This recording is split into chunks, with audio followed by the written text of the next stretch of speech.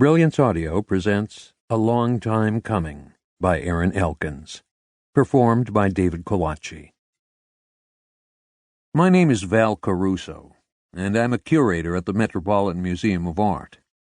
I've been having one hell of a day, and I don't mean in a good way. First, my divorce decree became final after 7 years of marriage, 4 of them wonderful, 1 not so wonderful, 1 hellish, and 1 separated and thus bearable.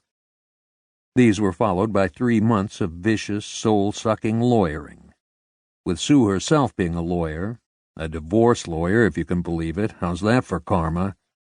I was outfoxed, outplayed, and methodically hammered at every turn. In a way, of course, getting over with it was a relief, but it doesn't exactly leave me as if I have much of a handle on my life.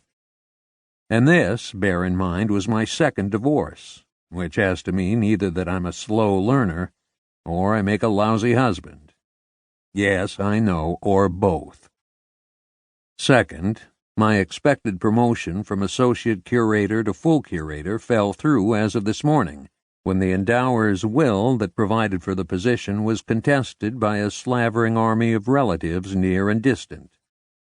This struck a blow not only to my anticipated lifestyle changes — the salary difference is $40,000 — but equally important to my ego. Look, I love my work. I mean, a curator of 19th century European painting at the Met, for God's sake. What could be better? I live my days among the most beautiful works of art on earth.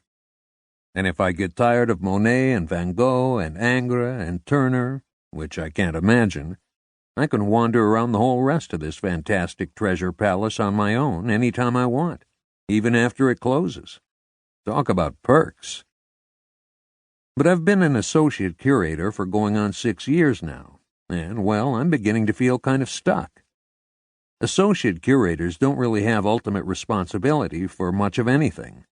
Aside from lesser tasks, participating in exhibitions, preparing literature, doing library research, and so on, we are under the thumbs of our seniors, and although in my case it's a kindly thumb, boy, am I ready for some ultimate responsibility of my own. And third, today I turned 40. Not inherently a bad thing, I suppose, but here I am, embarking on the 5th decade of my life, beyond the halfway point in the journey according to the actuaries. And career-wise, relationship-wise, and every other wise, where am I exactly? Running in place would be putting a charitable spin on it. To celebrate the birthday, a few of my fellow toilers at the Met treated me to after-work drinks at Bemelman's Bar in the Carlisle Hotel, a few blocks from the museum.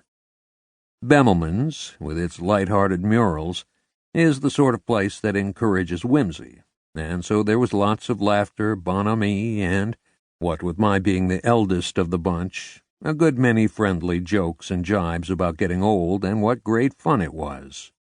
These provoked much hilarity from my colleagues. By the time I left to slouch the few blocks to my 4th-floor condo on East 78th Street, borrowed from a compassionate, wealthy friend while he was in Europe for a few months — Sue got the house in Queens — I felt as ancient and fusty as one of those Middle Kingdom mummies back at the Met. Half an hour later, I was looking down on this pleasantly leafy block from Jerry's 4th-floor dining room, sitting at his splendid marble-topped 18th-century Empire dining table. Or so Jerry thought. In actuality, it was a fake, but I didn't have the heart to tell him. Besides, it was a good fake. I was doing what any mature, reasonably intelligent adult who'd had a day like this would do to bring things into perspective. Drinking some more scotch. And musing about Gauguin. There's an enigmatic, oddly static Gauguin painting in Boston's Museum of Fine Arts.